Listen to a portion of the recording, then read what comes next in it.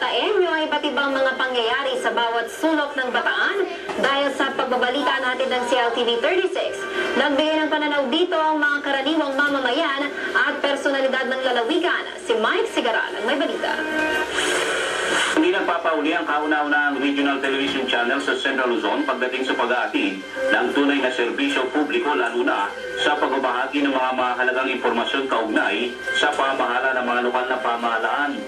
Dito sa lalawigan ng Bataan, patuloy na nadaragdagan ang mga tagapanood ng mga programa ng CLTV 36 at Balitang Lokal na nagtatampok ng mga pinakasariwang pangyayari, lalo na sa 11 bayan at isang syudad ng lalawigan.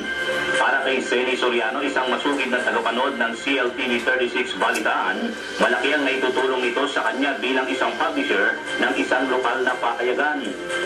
Alam niyo, napakalaking, napakahalagang papel ang ginagampanan ng CLTV 36, partikular na ang CLTV Balitaan News sa mga mamamayan sa buong Central Luzon. Sa ganitong paraan ay naririnig ang mga importanteng balita, mga napapanahong issue, at iba't ibang kaalaman sa iba't ibang lalawigan. Para naman sa negosyante at inanantahanan na si Mercy Gonzales, mas madali umano siyang nabibigyan ng impormasyon sa panonood ng mga programa at lokal na balitang pangrehiyon.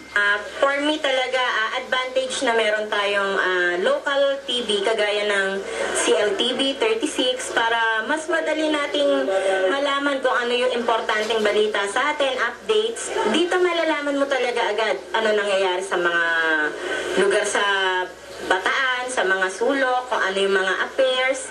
Talagang advantage kasi mas madali nating ma-reach talaga kung ano yung nangyayari sa ating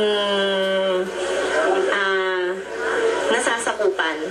Samantala, para sa Group Director ng Bataan Provincial Public Safety Management Company na si Police Superintendent at Attorney Benji Silo Jr., mahalaga ang papel na ginagampanan ng CLTV 36 para sa kampanya ng kapulisan sa katahimikan at kaayusan ng rehiyon.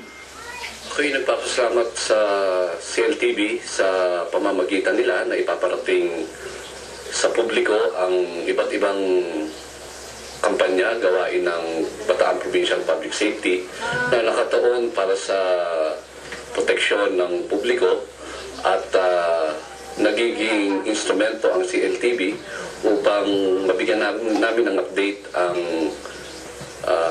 Bataenyo ukol sa iba't ibang kampanya ng Philippine National Police. Para naman sa mambabatas na si Bataan 1st District Congresswoman Herminia Roman, malaki ang bentahe ng CLTV 36 lalo na sa mga balitang hindi nabibigyang halaga sa mga national TV networks. Pinuri din ito ang patas at profesional na pagbabalita ng CLTV 36 News and Public Affairs. Mas i-report lahat ang mga nangyayari sa ating region. Unlike kung national, siyempre sa kadamihan ng coverage na dapat makover, ay hindi na ibibigay lahat ang mga balita. And I am very proud to say na I congratulate CLTV 36 for its balanced and fair reporting.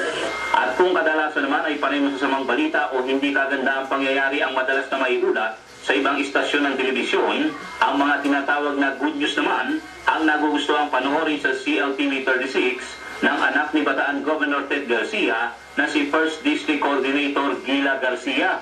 Kaya sana magpatuloy po ang CLTV 36 sa kanilang mission, sa kanilang vision na makapagbigay po ng newsworthy, professional journalism sa ating pong lalawigan at karehiyon dito po sa ating Region 3. Ako si Mike Sigaral, nagulat para sa CLTV 36 Balitaan.